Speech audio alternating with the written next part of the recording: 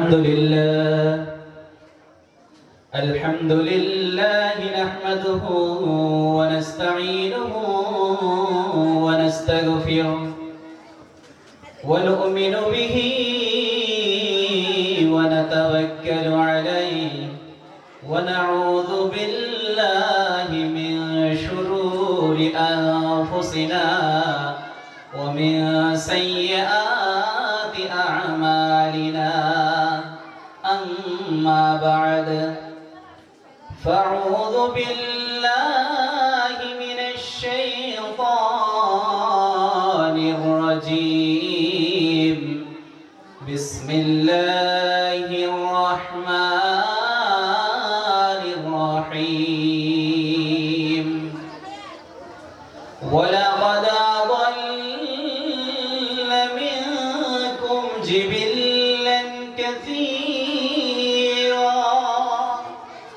أفلم تكونوا تعقلون.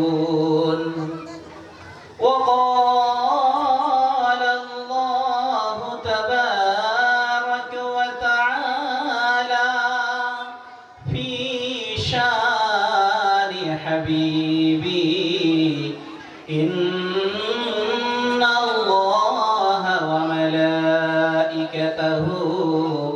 يصلون على النبي يا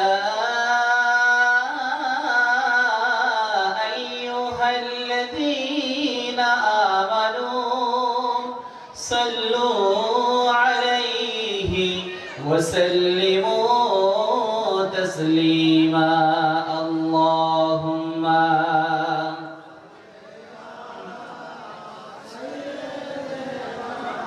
مولانا محمد وعلى آله مولانا محمد. প্রেম আগুনে জ্বলে মরি ওহে রব্বানা, আমি জানি প্রেমের পাগল সে তো মদিনা। মন পাখিরে বলি তোরে উড়ে যা তুই সেই শহরে। মন পাখিরে বলি তোরে উড়ে যা তুই সেই শহরে, যেই শহরে গেলে পরে মিটবে মনের বেদনা। আমি জানি প্রেমের পাগল সে তো মদিনা। আল্লাহুম্মা সাইয়্যিদিনা মাওলানা মুহাম্মদ ওয়া আলা আলিহি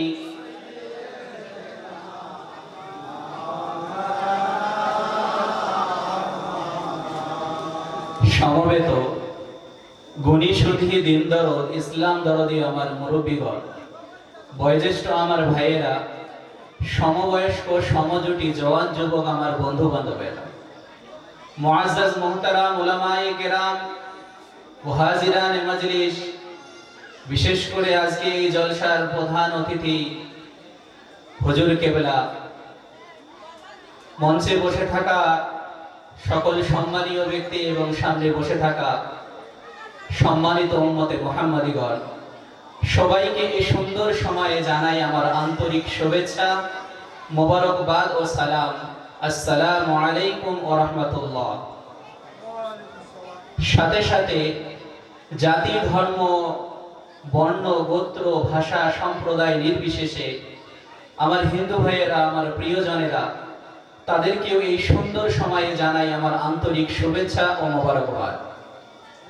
আলহামদুলিল্লাহ, আল্লাহ তাআলা লাখ লাখ শুকরিয়া যে আল্লাহ তাআলা আপনাকে আমাকে এত সুন্দর একটা মজলিস আসার তৌফিক দিয়েছেন, সেই জন্য সেই মহান আল্লাহ তাআলার দরবারে আপনি আমি প্রত্যেকেই একবার উচ্চ স্বরে যে শব্দটা ব্যবহার করব, কেননা কাল কিয়ামতের মাঠে যখন বিনা হিসেবে যারা জান্নাতে যাবে, তারা মনের অজান্তে জান্নাতে গিয়ে একটা শব্দ ব্যবহার করবে। তারা বলবে ওয়াকালুল হামদুলিল্লাহিল্লাযী সাদাকানা ওয়া'দাহু ওয়া আওরাসানাল আরদা নাতাবাওয়াউ মিনাল জান্নাতি হাইসু নাশা ফানি'মা আজরুল আমিলিন।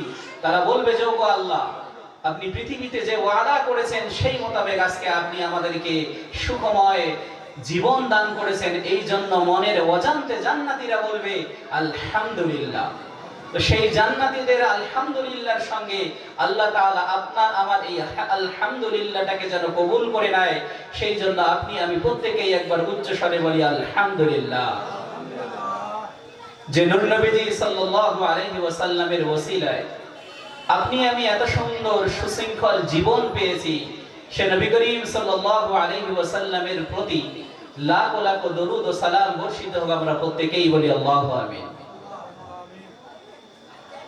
আমি একটি কালামুল্লাহ শরীফের আয়াত পড়েছি, যেটি আল্লাহ তাআলা কালামুল্লাহ শরীফের 23 পারায় সূরা ইয়াসিনের 62 নম্বর আয়াতে বলেছেন যে ওয়ালাকাদ আদাল্লা মিনকুম জিবিল্লান কাসীরা। আল্লাহ বলছেন যে শয়তান তোমাদের অনেক দলকে পথভ্রষ্ট করে ফেলেছে, শয়তান তোমাদের অনেক দলকে পথভ্রষ্ট করে দিয়েছে।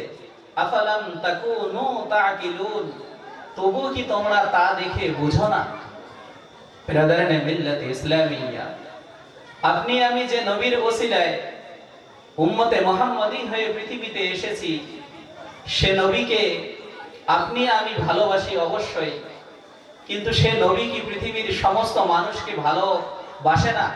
কি ধারণা হতে পারে, ভালোবাসে কি বাসে না? একটু কথা বলতে হবে। অবশ্যই ভালোবাসে। নবী যেরকম পৃথিবীর সমস্ত জিনিসকে ভালোবাসতো, সে নবীও পৃথিবীর সমস্ত কুল এবং কায়নাতে যা কিছু আছে সেই নবীও সেগুলোকে ভালোবাসত। বিরাদারানে মিল্লাতে ইসলামিয়া, আমরা আমাদের সমাজে সমস্ত ধর্মের মানুষ মিলে আমরা একত্রিত অবস্থায় আছি। নবী করিম সাল্লাল্লাহু আলাইহি ওয়াসাল্লাম একদিন বয়ান করছিলেন, পাশ দিয়ে একজন হিন্দু ভাই যাচ্ছিল। সে ভাইটা নবীর কথা শুনে, কারণ নবী যখন আলোচনাগুলো করছিলেন, নবী মুস্তাফা সাল্লাল্লাহু আলাইহি ওয়াসাল্লামের দাঁত মোবারক থেকে এত সুন্দর নূরের জ্যোতি বার হয়েছিল যে ওই হিন্দু ভাইটাকে সেটা আকৃষ্ট করেছিল। নবী মুস্তাফা সাল্লাল্লাহু আলাইহি ওয়াসাল্লামের মজলিসের বাইরে ওই হিন্দু ভাইটা দাঁড়িয়ে দাঁড়িয়ে সেই কথাগুলো শুনছিল। নবী মুস্তাফা লক্ষ্য করলেন যে একজন ব্যক্তি দাঁড়িয়ে দাঁড়িয়ে আমার কথা শুনছে। ও ব্যক্তিটা ছিল বানু সুলাইম গোত্রের একজন লোক। মক্কা শরীফে গোত্র আলাদা আলাদা ভাগ ছিল। ওই ব্যক্তিটা যে গোত্র থেকে এসেছিল সেই গোত্র, সেই বংশের নাম হচ্ছে বানু সুলাইম গোত্র। সেই লোকটার কর্ম ছিল গুইসাপ শিকার করা। কি শিকার করা? গুইসাপ শিকার করা। নবী মুস্তাফা যখন দেখতে পেলেন যে ওই বানু সুলাইম গোত্রের লোকটা রাস্তায় দাঁড়িয়ে আমার কথা শুনছে, নবী মুস্তাফা ওই মানুষটাকে ডাকলেন, ডেকে ওই মজলিসে বসার ব্যবস্থা করে দিয়েছিলেন। একবার সুবহানাল্লাহ বলবেন না? বিরাদারানে মিল্লাতে ইসলামিয়া, যে মহামানব নবী মুস্তাফা সাল্লাল্লাহু আলাইহি ওয়াসাল্লামের আদর্শ তাহলে চিন্তা করো। নবী মুস্তাফা ওই বানু সুলাইম গোত্রের মানুষটাকে জিজ্ঞাসা করেছিল যে ভাই বলো, তুমি ওখানে দাঁড়িয়ে দাঁড়িয়ে কি শুনছো? সেই বানু সুলাইম গোত্রের লোকটা ওই সময় বলছিল যে ইয়া রাসূলুল্লাহ, ইয়া হাবিবাল্লাহ, হুজুর, আমি রাস্তা দিয়ে যাচ্ছিলাম, আমার এই ঝোলার মধ্যে একটা গুইসাপ ছিল। যখন এই বর্ডারের মধ্যে আমি এসেছিলাম, আমার গুইসাপটা খুব নড়াচড়া করছিল। আমার গুইসাপটা খুব নড়াচড়া করছিল।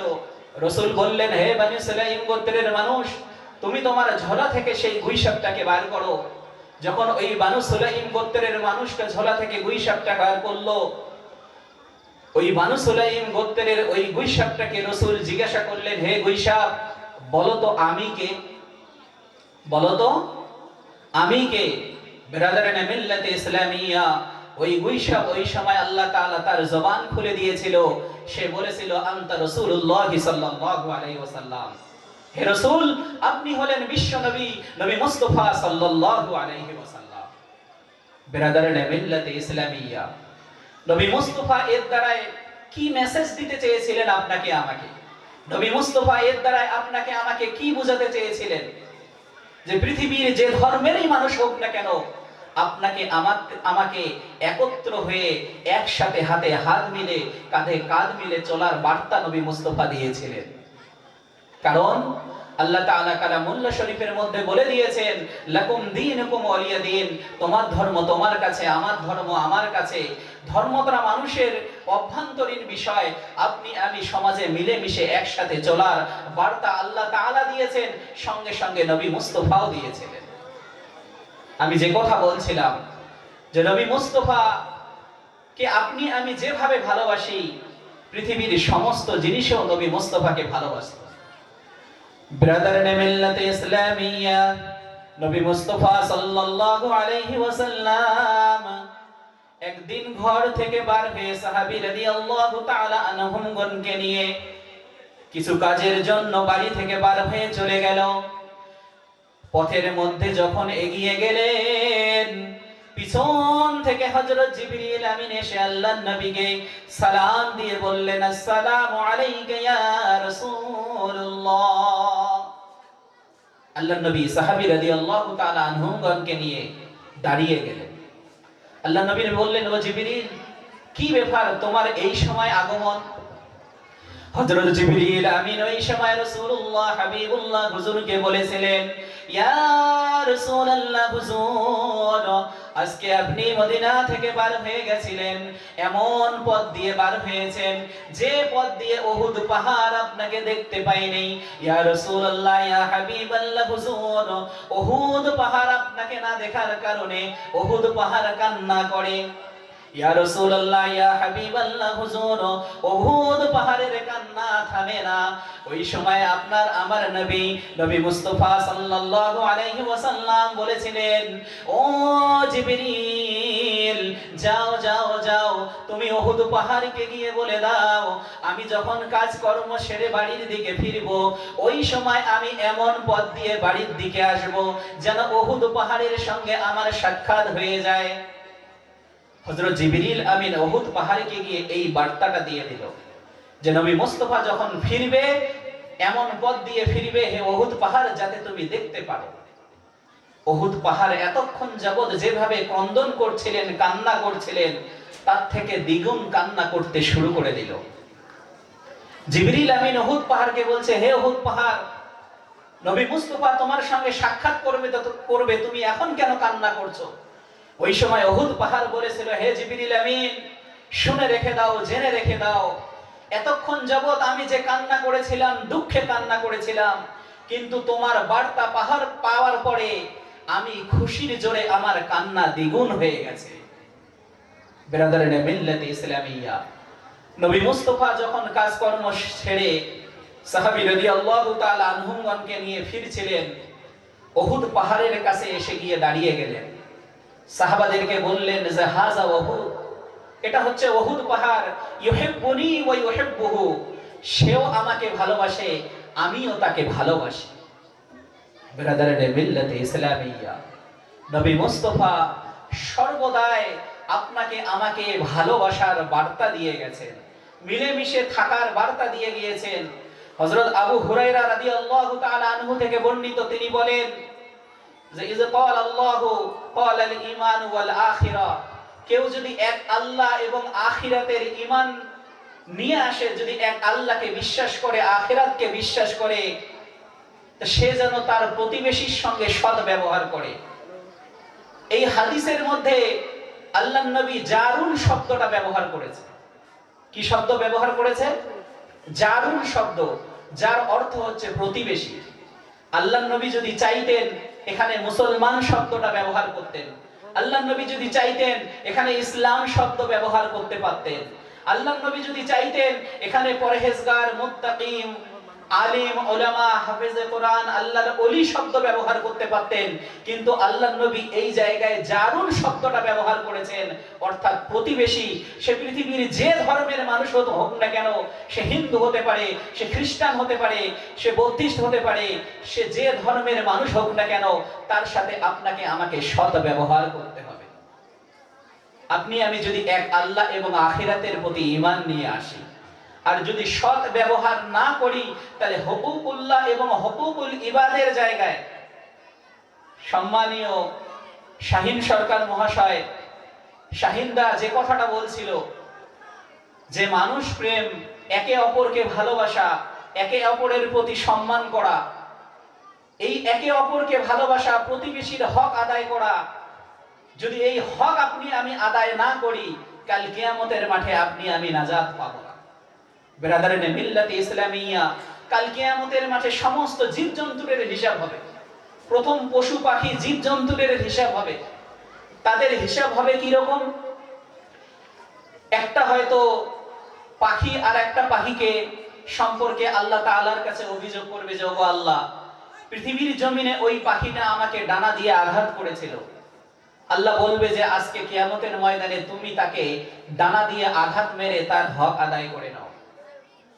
যখন সমস্ত পশু পাখির হিসাব হয়ে যাবে, তখন আল্লাহ বলবেন তুরাবান, তোরা মাটি হয়ে যা। তারপরে আপনার আমার হিসাব শুরু হবে। কিন্তু ওই পশু পাখির মতো হিসাব আপনার আমার হবে না। হুকুকুল্লাহ আর হুকুকুল ইবাদের হিসাব আপনাকে আমাকে দিতে হবে। হুকুকুল্লাহ, আল্লাহর হক, আপনি আমি হয়তো সঠিকভাবে নামাজ পড়তে পারি নাই, হুকুম আহকাম মানতে পারিনি, আল্লাহ গফুরুর রহিম, আল্লাহ হয়তো আপনাকে আমাকে মাফ করে দিতে পারে। কিন্তু হুকুকুল ইবাদ, বান্দার যে হকটা, এ জায়গাও আল্লাহ তাআলা আল্লাহর নবীর মাধ্যমে কিন্তু কোন মুসলমান শব্দ ব্যবহার করে নাই, বান্দা শব্দ ব্যবহার করেছে। সে পৃথিবীর যে ধর্মের মানুষ হোক না কেন, তার হক আপনাকে আমাকে আদায় করতে হবে, তার সঙ্গে আপনাকে আমাকে সৎ ব্যবহার করতে হবে।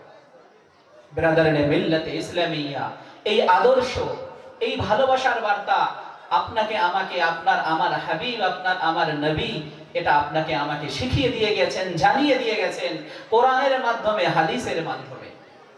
আমি যে আয়াতটা তেলাওয়াত করেছি সেই প্রসঙ্গে আমি বলতে চাই, নবী মুস্তাফা সাল্লাল্লাহু আলাইহি ওয়াসাল্লাম সাহাবী রাদিয়াল্লাহু তাআলা আনহুমগণকে নিয়ে বার হলেন।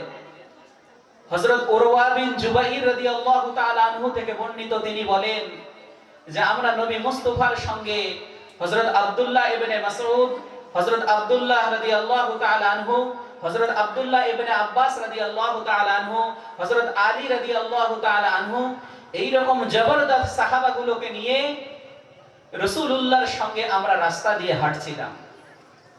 জান্নাতুল বাকি নামক একটা কবরস্থানের কাছে আপনি আমি গিয়ে যখন, সাহাবী রাদিয়াল্লাহু তাআলা আনহুমগণ গিয়ে যখন পৌঁছালেন, ঝনঝন করে একটা শব্দ হলো। সাহাবারা দাঁড়িয়ে গেলেন, রাসূল দাঁড়িয়ে গেলেন। সাহাবারা নবী মুস্তাফাকে জিজ্ঞাসা করলেন যে, ইয়া রাসূলুল্লাহ, ইয়া হাবিবাল্লাহ, হুজুর, এই ঝনঝন শব্দটা কিসের? নবী মুস্তাফা ওই সময় বলল যে এটা হচ্ছে ইবলিস, শয়তানের শব্দ। কার শব্দ? বলেন, কার শব্দ? ইবলিস, শয়তানের শব্দ। সাহাবারা রাসূলুল্লাহ হুজুরকে আবদার করলো যে, ইয়া রাসূলুল্লাহ, আপনি একটু শয়তানকে বলুন না, সে যেন তার নিজ সুরতে, তার অরিজিনাল আকৃতিটা নিয়ে আমাদের সামনে উপস্থিত হয়। রাসূল বললেন, হে ইবলিস, তুমি তোমার অরিজিনাল রূপ নিয়ে আমাদের সামনে উপস্থিত হও। সঙ্গে সঙ্গে ইবলিস, শয়তান উপস্থিত হয়ে গেল। তো যখন উপস্থিত হয়ে গেল, উরওয়া বিন জুবাইর রাদিয়াল্লাহু তাআলা আনহু বলছেন যে শয়তান দেখতে খুব লম্বা প্রকৃতির ছিল, মুখে দাড়ি ছিল, একটা চক্ষু কানা ছিল, আর একটা চোখ দিয়ে দেখতে পেত, যে চোখটা দিয়ে দেখতে পেত সেই চোখটা নাকের মতো বাইরের দিকে বেরিয়ে আসছে। মাথায় একটা পেঁচালো পাগড়ি এবং কোমরে একটা শিকল, হাতে একটা ঘন্টা।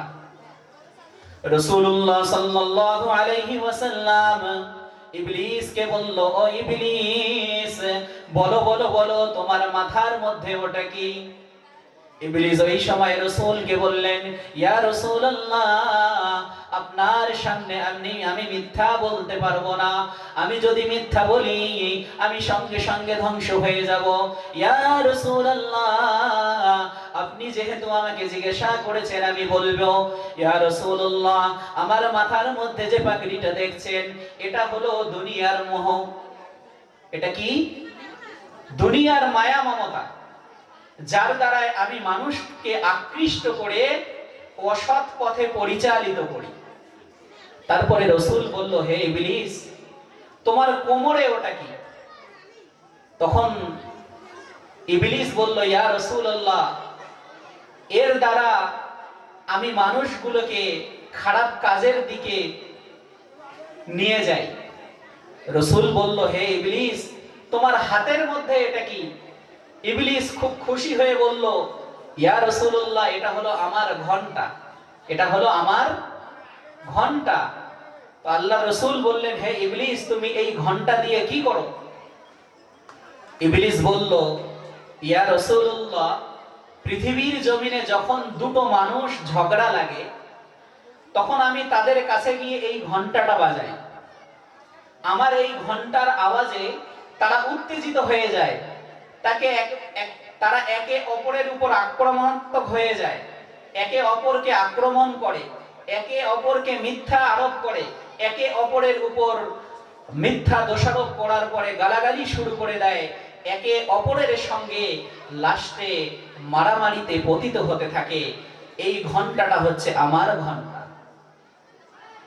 রাসূলুল্লাহ ইবলিসকে জিজ্ঞাসা করলো, তাহলে তুমি এই ঘন্টা দিয়ে পৃথিবীর মানুষকে এইভাবে উত্তেজিত করো? ইবলিস বলল, ইয়া রাসূলুল্লাহ, হ্যাঁ। রাসূল তখন ইবলিসকে জিজ্ঞাসা করলো, হে ইবলিস, বলো তো পৃথিবীর জমিনে তোমার দুশমনের সংখ্যা কত?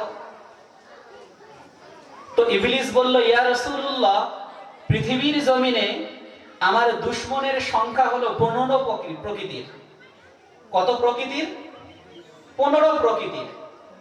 তো রাসূলুল্লাহ বলল, হে ইবলিস, বলো তো এখন এক এক করে 15 প্রকৃতির কারা কারা? ইবলিস বলল, ইয়া রাসূলুল্লাহ, আমার প্রথম দুশমন হচ্ছেন আপনি। আমার প্রথম দুশমন আপনি। সঙ্গে সঙ্গে রাসূলুল্লাহ বলেছিলেন, আলহামদুলিল্লাহ। কি বলেছিলেন? আলহামদুলিল্লাহ। সাহাবারা অবাক, সাহাবারা তো একদম রেগে ভরপুর। সাহাবারা রাসূলকে বলছেন, ইয়া রাসূলুল্লাহ, ইবলিস আপনার সামনে দাঁড়িয়ে এত বড় সাহস হয় কি করে যে ও আপনাকে বলে যে ওর সবথেকে বড় দুশমন? আপনাকে আমাকে যদি বলতো তা আপনি আমি কি করতাম? বলেন কি করতাম? গোলাপ ফুল দিয়ে ইবলিসকে সুস্বাগতম জানাতাম, না উত্তম মাধ্যম লাগিয়ে দিতাম? কিন্তু নবীর আদর্শ দেখুন, নবী কি বলল? আলহামদুলিল্লাহ, আল্লাহর শুকরিয়া আদায় করলো। সাহাবারা অবাক হয়ে আল্লাহর নবীকে জিজ্ঞাসা করলো, ইয়া রাসূলুল্লাহ, আপনি বলেন কি?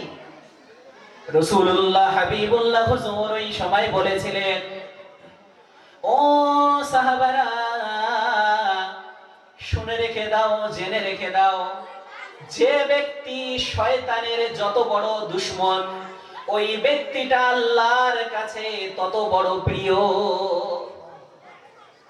ওই ব্যক্তিটা আল্লাহর কাছে তত প্রিয়। আল্লাহর কাছে প্রিয় বলেই তো শয়তানের কাছে দুশমন। এই জন্য আমি আল্লাহর শুকরিয়া আদায় করেছি যে আমি আল্লাহর কাছে অধিক প্রিয়। হে সাহাবারা, তোমরা হচ্ছে আসহাবাকান নুজুম, তোমরা হচ্ছে এক একটা নক্ষত্র।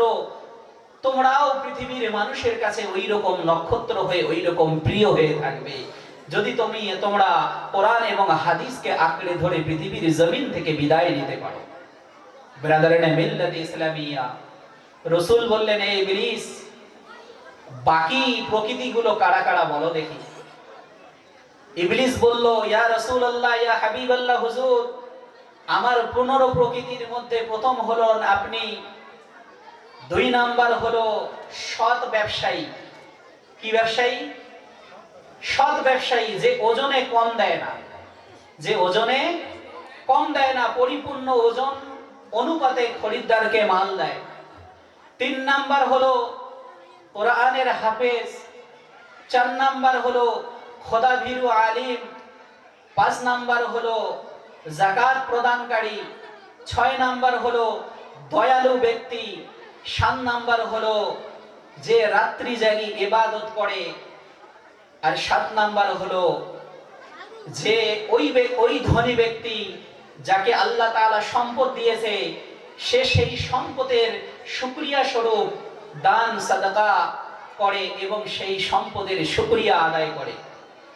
8 নাম্বার হলো ওই ন্যায়পরায়ণ ইমাম, আর 10 নাম্বার হলো ওই মুমিন ব্যক্তি যে সঠিকভাবে তওবা করে। আর 8 বললাম না 9 বললাম? 9 বললাম। 10 নাম্বার হচ্ছে ওই মুমিন ব্যক্তি যে তার নিজ পরিবারটাকে, তার পাড়া প্রতিবেশীকে সৎ কাজের দিকে আকৃষ্ট করে, সৎ কাজের কথা বলে। 11 নাম্বার হলো ওই ব্যক্তি যে আল্লাহর রাস্তায় মুক্ত হস্তে দান করে। আর 12 নাম্বার হলো ওই ব্যক্তি যে অধিক পরিমাণে দান এবং সাদাকা করে। আর 13 নাম্বার হলো ওই ব্যক্তি যে সর্বদা পাক এবং পবিত্র থাকে। আর 14 নাম্বার হলো ওই ব্যক্তি যে আল্লাহ তাআলার ভালোবাসা অন্তরে রেখে পৃথিবীর সমস্ত প্রাণীকুলকে ভালোবাসে। আর 15 নাম্বার হলো ওই ব্যক্তি যার উপর আল্লাহ তাআলা রহম করে, যার উপর আল্লাহ তাআলা ভালোবাসে, তাকে আল্লাহ তাআলা উত্তম শিক্ষা দান করে। এই 15 শ্রেণীর ব্যক্তি হলো, ইবলিস বলল এরা হচ্ছে আমার প্রকৃত দুশমন। রাসূলুল্লাহ হাবিবাল্লাহ হুজুর বললেন, হে ইবলিস, বলো তো তোমার সংখ্যা কত? তোমার সংখ্যা কত? ইবলিস ওই সময় রাসূলকে বলেছিলেন, ইয়া রাসূলুল্লাহ, পৃথিবীর জমিনে আল্লাহ তাআলা যত মানুষ সৃষ্টি করেছেন তার 10 গুণ পশু সৃষ্টি করেছেন, তার 10 গুণ পশু সৃষ্টি করেছেন। আর পৃথিবীতে আল্লাহ তাআলা যত মানুষ এবং পশু সৃষ্টি করেছেন তার 10 গুণ পাখি সৃষ্টি করেছেন। পৃথিবীতে আল্লাহ তাআলা যত মানুষ পশু পাখি সৃষ্টি করেছেন তার 10 গুণ জিন সৃষ্টি করেছেন। আল্লাহ তাআলা পৃথিবীতে মানুষ পশু পাখি জিন যত সৃষ্টি করেছেন তার 10 গুণ ইয়াজুজ এবং মাজুজ সৃষ্টি করেছেন, যারা কিয়ামতের ঠিক আগ মুহূর্তে পৃথিবীর জমিনে আসবে। শয়তান বলল, ইয়া রাসূলুল্লাহ, আল্লাহ পৃথিবীতে যত মানুষ, যত পশু, যত পাখি, যত জিন, যত ইয়াজুজ মাজুজ সৃষ্টি করেছেন তার থেকে 10 গুণ বেশি শয়তান সৃষ্টি করেছেন। তাহলে শয়তানের সংখ্যাটা কতটা? রাসূল বললেন, হে ইবলিস, তুমি শুনে রেখে দাও, তোমাদের এত কিছু পশু পাখি জিন ইয়াজুজ মাজুজ শয়তান থেকে 10 গুণ তুমি যে বললে শয়তান আল্লাহ সৃষ্টি করেছেন, তার 10 গুণ বেশি আল্লাহ তাআলা ফেরেশতা সৃষ্টি করেছেন। আমার উম্মতে মুহাম্মাদি, আমার বান্দা যতই গুনাহ করুক না কেন, যতই পাপ কর্ম করুক না কেন, তারা যদি সাজদায় গিয়ে, তারা যদি সেজদা দিলে পরিষ্কার অন্তরে আল্লাহর কাছে ক্ষমা চায়, সঙ্গে সঙ্গে আল্লাহ তাআলা তাদেরকে ক্ষমা করে দিয়ে থাকেন। ব্রাদারনে মিল্লাতে ইসলামিয়া, ওই সময় আল্লাহর রাসূল ইবলিসকে বলল, ইবলিস, বলো বলো বলো, মানুষ যখন নামাজে দাঁড়ায় তখন তোমার কি অবস্থা হয়? ইবলিস ওই সময় রাসূলকে জানিয়ে দিলেন, ইয়া রাসূলুল্লাহ, মানুষ যখন নামাজে দাঁড়ায় তখন আমার শরীরের মধ্যে কম্পন শুরু হয়ে যায়। মানুষ যখন নামাজে দাঁড়ায় তখন আমার শরীরের মধ্যে জ্বর এসে যায়, আমার শরীরটা অস্থির হয়ে যায়, আমি মাটির মধ্যে লুটিয়ে পড়ি। ইয়া রাসূলুল্লাহ, বান্দা যখন নামাজের মধ্যে দাঁড়ায়। রাসূল বললেন, হে ইবলিস, বলো তো, মানুষ যখন দান সাদাকা করে, খয়রাত করে, তখন তোমার অবস্থা কি রকম হয়? ইবলিস বলল, ইয়া রাসূলুল্লাহ, মানুষ যখন দান খয়রাত করে তখন আমার শরীরের মধ্যে এমন কষ্ট হয় যেন মনে হচ্ছে মানুষ আমাকে করদ দিয়ে কেটে কেটে দুই টুকরো করে দিল, আর ওই দুই টুকরোর মধ্যে এক টুকরো পূর্ব দিকে আর এক টুকরো পশ্চিম দিকে ফেলে দিয়েছে, এত কষ্ট আমার শরীরের মধ্যে হয়। রাসূল বললেন, হে ইবলিস, দান সাদাকার জন্য তোমার এত কষ্ট হয় কেন? ইবলিস বলল, ইয়া রাসূলুল্লাহ, যখন কোন মানুষ দান করে ওই মানুষটা আল্লাহকে ঋণ দিয়ে দেয়। কাকে ঋণ দেয়? আল্লাহকে যে মানুষ ঋণ দেয়, ধার দেয়, তো সে মানুষটার সম্মান বেশি না কম? বেশি। আর দ্বিতীয় কারণ হলো, যখন কোন মানুষ দান খয়রাত করে 40 দিন পর্যন্ত ওই মানুষটার অন্তর পবিত্র হয়ে যায়। যখন ওই মানুষটার অন্তর পবিত্র হয়ে যায়, এই পবিত্রতার কারণে 40 দিন পর্যন্ত ওই মানুষটার ধারে কাছে আমি যেতে পারি না, এই জন্য আমার এত কষ্ট হয়। রাসূল বললেন, হে ইবলিস, তৃতীয় কারণটা কি? ইবলিস বলল, যখন কোন মানুষ দান সাদাকা খয়রাত করে তখন ওই মানুষটা জান্নাতের মালিক হয়ে যায়। বিরাদারানে মিল্লাতে ইসলামিয়া, এই জন্য আপনাকে আমাকে ভাবতে হবে, আজকে যে এই কম্বল বিতরণ করা হলো, এটা তারই অংশ, এটা তারই অংশ। তাই সাহায্যের দিক থেকে আপনাকে আমাকে এগিয়ে আসতে হবে। আল্লাহ তাআলা আপনাকে আমাকে যে অর্থ দিয়েছে, সেই অর্থর অনুপাতে সাহায্যের দিকে আপনাকে আমাকে এগিয়ে আসতে হবে এবং সেই শুকরিয়া আপনাকে আমাকে আদায় করতে হবে। কারণ এই পৃথিবীর জমিন থেকে আপনি আমি প্রত্যেককেই বিদায় নেব।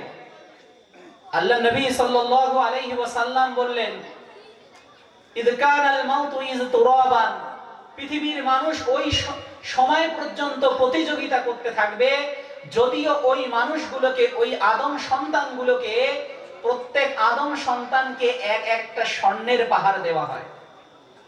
প্রত্যেক আদম সন্তানকে একটা একটা যদি সোনার পাহাড় দেওয়া হয়, তারপরেও মানুষ প্রতিযোগিতা করবে আর একটা সোনার পাহাড় কি করে তৈরি করা যায়। আল্লাহ নবী বললেন, ইজা তুরাবান, যখন তার জিহ্বাকে, তার শরীরকে মাটি স্পর্শ করবে, অর্থাৎ যখন তার মৃত্যু হবে, তখন তার আশা আকাঙ্ক্ষা পূরণ হবে। হযরত ঈসা আলাইহিস সালামের কাছে একজন ব্যক্তি আসলো, এসে বলল, হে নবী, আপনি আমার সঙ্গে নেন। তো আল্লাহ নবী হযরত ঈসা আলাইহিস সালাম ওই ব্যক্তিটাকে সঙ্গে নিয়ে এক জায়গায় গেল, গিয়ে একটা গাছের নিচে একটু বিশ্রাম নিচ্ছিলেন। আল্লাহ নবী হযরত ঈসা আলাইহিস সালাম ওই ব্যক্তিটাকে বলল, তুমি আমার এই মাল সামানগুলোর পাহারা দাও, আমি নদী থেকে একটু জল নিয়ে আসি। হযরত ঈসা আলাইহিস সালাম যখন জল আনতে গেলেন, ওই ব্যক্তিটা হযরত ঈসা আলাইহিস সালামের ব্যাগ খুলে 3টা রুটি ছিল, 2টো রুটি নিয়ে নিল।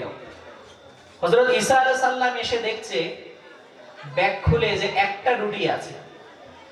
তো হযরত ঈসা আলাইহিস সালাম ওই লোকটাকে জিজ্ঞাসা করলো যে, ভাই, একটা রুটি তো আমি তোমার জন্যই ভেবে রেখেছি, কিন্তু আর একটা রুটি গেল কই? লোকটা বলল, আমি জানি না কিছু, আমি নেই। হযরত ঈসা আলাইহিস সালাম ওই লোকটার হাত ধরে নদী পার হয়ে গেল, জলের মধ্য দিয়ে হাত ধরে পার হয়ে গেল। এই অলৌকিক ঘটনা দেখার পরেও লোকটা বুঝলো না যে এই নবী কত বড় নবী। হযরত ঈসা আলাইহিস সালাম ওই লোকটাকে বলছে যে, বলো ওই তৃতীয় রুটিটা কোথায় গেল? বলছে, আমি জানি না।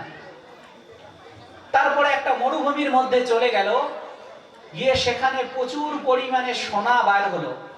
হযরত ঈসা আলাইহিস সালাম ওই লোকটাকে বলল যে, এই সোনাগুলোর তুমি পাহারা দাও, আমি একটু সামনের থেকে গিয়ে আসি। তো যখন ওই লোকটা ওই সোনার পাহারা দিচ্ছিল, হযরত ঈসা আলাইহিস সালামের কোনো খোঁজ খবর নাই, অনেকক্ষণ ধরে আসছে না। এমন সময় পিছন থেকে দেখছে 2টো লোক আসছে। এবার অতগুলো সোনা একাও নিয়ে যেতে পারবে না। ওই লোক দুটো সোনা দেখে তো তাদের খুব লোভ হলো। তো ওই লোক দুটো এই লোকটাকে মারার জন্য কিছু চক্রান্ত করতে শুরু করে দিল। এবার এই লোকটা বুঝতে পারলো যে ওই লোক দুটো আমাকে মারার চক্রান্ত করছে। মহিলাদের উদ্দেশ্যে একটু বার্তা, আপনারা অত চিল্লাবেন না, একটু চুপ করে থাকেন।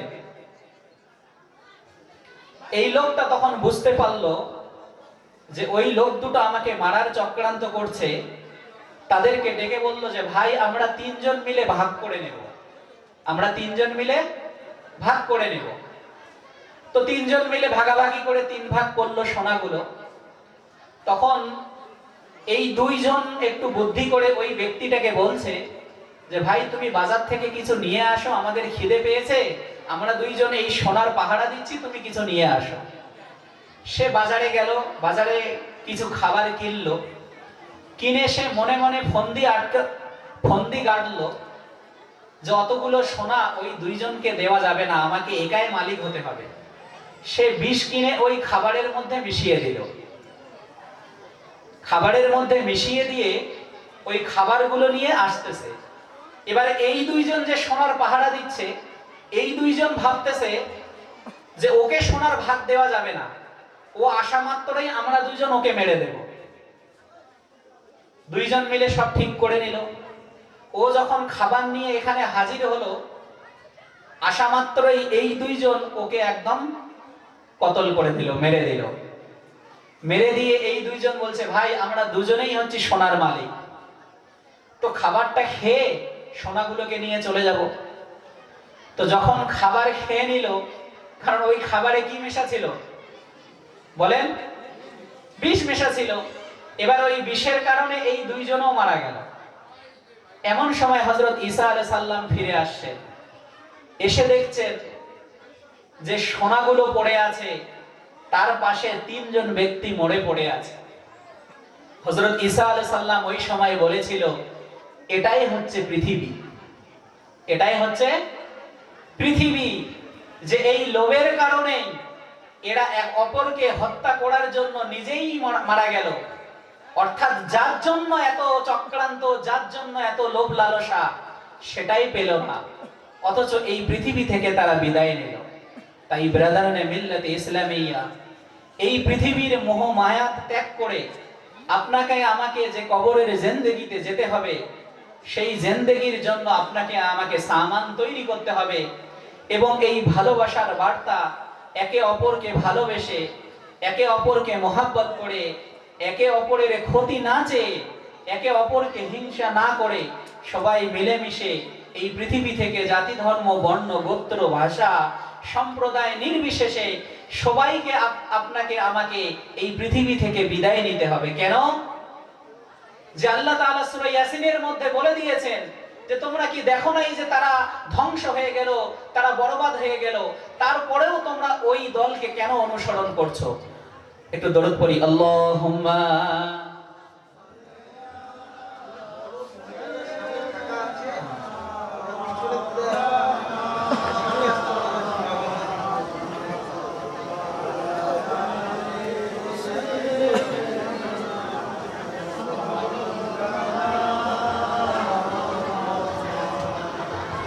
মহিলাদের উদ্দেশ্যে একটু বার্তা, আপনারা সামনের দিকে জায়গা ফাঁকা আছে, আপনারা সামনে এগিয়ে আসেন। পিছনে জায়গা হচ্ছে না, সামনে এগিয়ে আসেন। আল্লাহ নবী সাল্লাল্লাহু আলাইহি ওয়াসাল্লামকে জিজ্ঞাসা করা হয়েছিল যে নেক মহিলা কি করে আমরা চিনব, নেক বিবি কি করে আমরা চিনব? রাসূল বললেন, এই কয়েকটা গুণ যদি তোমরা দেখতে পাও তো ভেবে নিবে যে ওই বিবিটা হচ্ছে, ওই মহিলাটা হচ্ছে নেক মহিলা। সাহাবারা জিজ্ঞাসা করলেন, ইয়া রাসূলুল্লাহ, বলুন সেই গুণগুলো কি? আল্লাহ রাসূল বললেন, যখন কোনো মহিলাকে বলা হবে, তার স্বামী যখন বলবে ইসলাম সমর্থিত কোনো কাজ, ইসলামের বিরুদ্ধে নয়, ইসলামের অনুপাতে, সঙ্গে সঙ্গে ওই মহিলাটা ওই কথাটাকে শুনবে। এবং সমাজের কোনো মহৎ ব্যক্তি, সম্মানীয় ব্যক্তি যখন কোনো কথা বলবে, তখন ওই মহিলাগুলো সঙ্গে সঙ্গে সেই কথাটা শুনবে। তো তোমরা ভেবে নিবে যে এই মহিলাটা হচ্ছে নেক মহিলা। আল্লাহ রাসূল বললেন, যখন স্বামী কিংবা অভিভাবক বাড়িতে থাকবে না, ওই মহিলাটা তার মাল ধন সম্পত্তির হেফাজত করবে এবং নিজের শরীরের হেফাজত করবে, তাহলে বুঝে নিবে যে ওই মহিলাটা হচ্ছে নেককার মহিলা।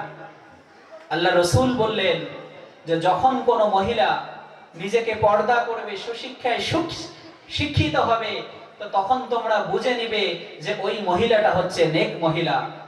তাই মা বোনদের উদ্দেশ্যে এতটুকুই আহ্বান, আল্লাহর রসুলের এই কথাগুলো অনুপাতে আপনারা নেক মহিলার পরিচয় দিবেন, এটাই আশা করছি।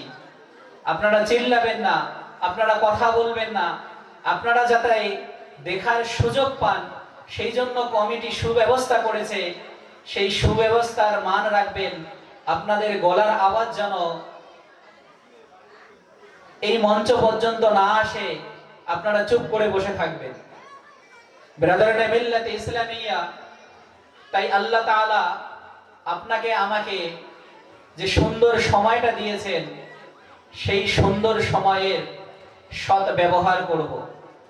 মুফতি সাহেবের উদ্দেশ্যে একটি বার্তা, আপনি মঞ্চে চলে আসবেন। ব্রাদারানে মিল্লাতে ইসলামিয়া, নবী আদম আলাইহিস সালাম যখন ইন্তেকালের সময় হয়ে আসলো, তখন হযরত আদম আলাইহিস সালাম খুব রোগের মধ্যে আক্রান্ত হল। তখন হযরত আদম আলাইহিস সালাম শীষ নবীকে ডেকে বললেন, হে আমার সন্তান, তুমি তুর পাহাড়ে চলে যাও। তুমি তুর পাহাড়ে গিয়ে আল্লাহর কাছে আবদার করবে যে, ওগো আল্লাহ, নবী আদম আমাকে পাঠিয়েছে যেন জাইতুন তেল জান্নাত থেকে আমাকে দেওয়া হয়। হযরত শীষ আলাইহিস সালাম তুর পাহাড়ে চলে গেলেন, গিয়ে আল্লাহর কাছে দরবার করছেন, ওগো আল্লাহ, নবী আদম আমাকে পাঠিয়েছেন জাইতুন তেল দেওয়ার জন্য। ওগো আল্লাহ, আমার দোয়া যদি আপনি কবুল করে থাকেন, জাইতুন তেল আমাকে দিয়ে দেন। যখন এই দোয়া শেষ হয়ে গেল, একজন ফেরেশতা বলল যে, হে শীষ, তুমি তোমার কাঠের পেয়ালাটা বার করো। হযরত শীষ আলাইহিস সালাম কাঠের পেয়ালাটা বার করলেন। ফেরেশতা জাইতুন তেল সেই কাঠের পেয়ালার মধ্যে দিয়ে দিল। হযরত শীষ আলাইহিস সালাম সেই তেল নিয়ে এসে হযরত আদম আলাইহিস সালামকে দিয়ে দিলেন। সেই তেল ব্যবহার করার পরে হযরত আদম আলাইহিস সালাম একটু সুস্থ হলেন। কিছুদিন যাওয়ার পর আবার অসুস্থ হয়ে গেলেন। হযরত জিবরিল আমিন হযরত আদম আলাইহিস সালামের কাছে এসে গেল, এসে বলছেন, হে নবী, আপনার সময় হয়ে গেছে। এমন মুহূর্তে হযরত আজরাইল আলাইহিস সালাম এসে হাজির হয়ে গেল। বিবি হাওয়া হযরত আদম আলাইহিস সালামকে দেখে কান্না শুরু করে দিল। হযরত আদম আলাইহিস সালাম বিবি হাওয়াকে বলল, বিবি হাওয়া, তুমি ঘরের ভিতরে চলে যাও। সম্মানিত ফেরেশতারা এসেছে, তারা তাদের কাজকর্ম করার মতো সুযোগ করে দাও। ওই সময় হযরত আদম আলাইহিস সালাম হযরত জিবরিল আমিনকে বলেছিল, হে জিবরিল, ইয়া আখি জিবরিল, হে ভাই জিবরিল, তুমি বলো যে আরশ মহল্লায় কি আমি এখনো গুনাহগার হয়ে আছি নাকি? এই কথা যখন হযরত আদম আলাইহিস সালাম বললেন, সঙ্গে সঙ্গে আসমানের সমস্ত ফেরেশতারা কেঁদে ফেলেছিল। হযরত জিবরিল আমিন হযরত আদম আলাইহিস সালামের ওই কথাটা শুনে সঙ্গে সঙ্গে কেঁদে ফেলেছিল। আল্লাহ তাআলা গায়বী আওয়াজ দিয়ে হযরত আদম আলাইহিস সালামকে জানিয়ে দিয়েছিল যে, হে আদম, তুমি লজ্জিত হয়ো না, তুমি ব্যথা পেও না, আমি আল্লাহ তোমার প্রতি রাজি হয়ে গেছি, তুমি যেরকম আমার প্রতি রাজি হয়ে গেছো।